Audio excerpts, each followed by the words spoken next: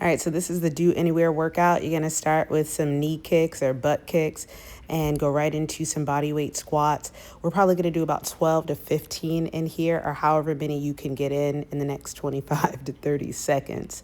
Don't worry if you can't go all the way deep. I just want you to focus on putting that pressure on your heels as you rise up, driving your knees outward in the direction that your feet are going. So if your feet are going forward, your knees should be forward. If your heels are turned out like mine, then it should be turned out. So next we're gonna do some knee to elbow or standing crunches. I got my right knee coming to my left elbow. Make sure that you're twisting with your torso and that you are involving your core muscles in this movement and that you're not just, leaning forward to make your joints touch. I want you to make sure that you are bringing your knee across the body and bringing your elbow also to meet it across the body. So again, we'll probably do about 10 to 12 here. Do as many as you can and do it to the best of your ability. The more often you do something, the better you'll get at it.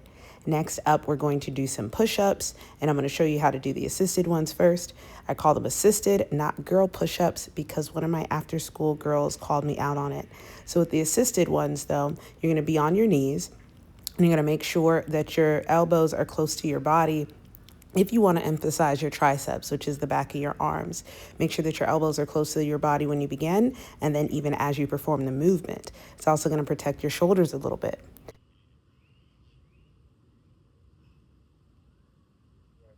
All right, next we're going to do a little bit of hamstring, core, glutes, ankle, joint strengthening. This is a multitasking one. It's a single leg Romanian deadlift. And if you don't have the balance to do that yet, go ahead and grab a chair, broomstick, wall, whatever, and focus on keeping your pinky toe, your big toe, and your heel on the ground. Focus on allowing your knee to bend slightly as you lean forward. If you really want to work on something, a little extra credit, focus on keeping that back foot still straight and that back foot isn't just turned out going all over the place. All right, next up, we're going back on the ground. This is shoulders and core. Bring your hips down so that your butt isn't all the way in the air.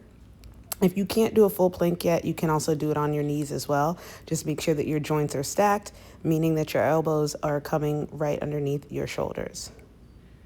Do that for as long as you can. All right, next up, you can do like a bicep or kind of like a back movement.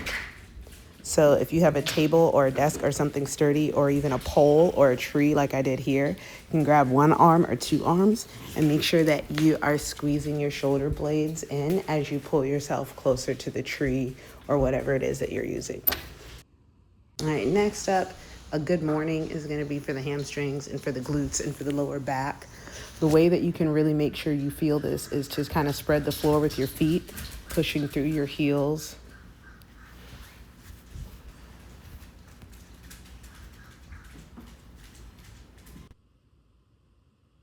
I like to pretend that I'm closing a car door, and then when I come up that I have to swing my hips forward, or that something is pulling me forward to put my hips back underneath my shoulders. And then a little cool down for that lower back, little twisty. Repeat this as many times as needed.